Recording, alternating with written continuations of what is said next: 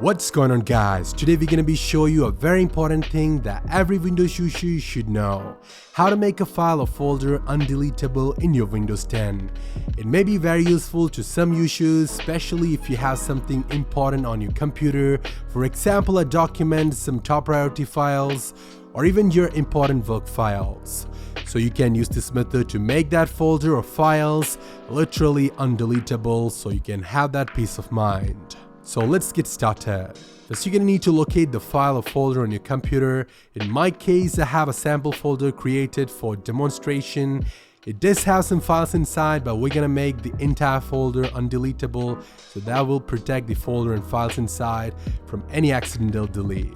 The procedures are same for both files and folders, so you can apply this trick to any kind of situations. Once you're on the particular file or folder, right click on it and choose Properties. Now navigate to Security tab. Now come down here and click on Edit, and you will see this new window. Now in the group or username section, select System. Now click on the first box, which is Full Control, which denies the permission to all things you can do to the folder or file. Now again go to group or username, and this time select the second one. Now same as we did before, just click on Deny to Full Control, and finally you have to go to the group and usernames once again, and this time select the third one and deny the full control permission to that as well.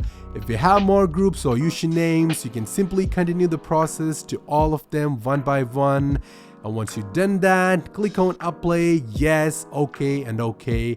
And that's it. Now we have officially made this folder undeletable. To prove it to you, let me try deleting it, and you can see it's undeletable. So that's how you can make a folder or file undeletable on your Windows PC. Like if you like, subs if you love. See you soon with another one. Have a nice day.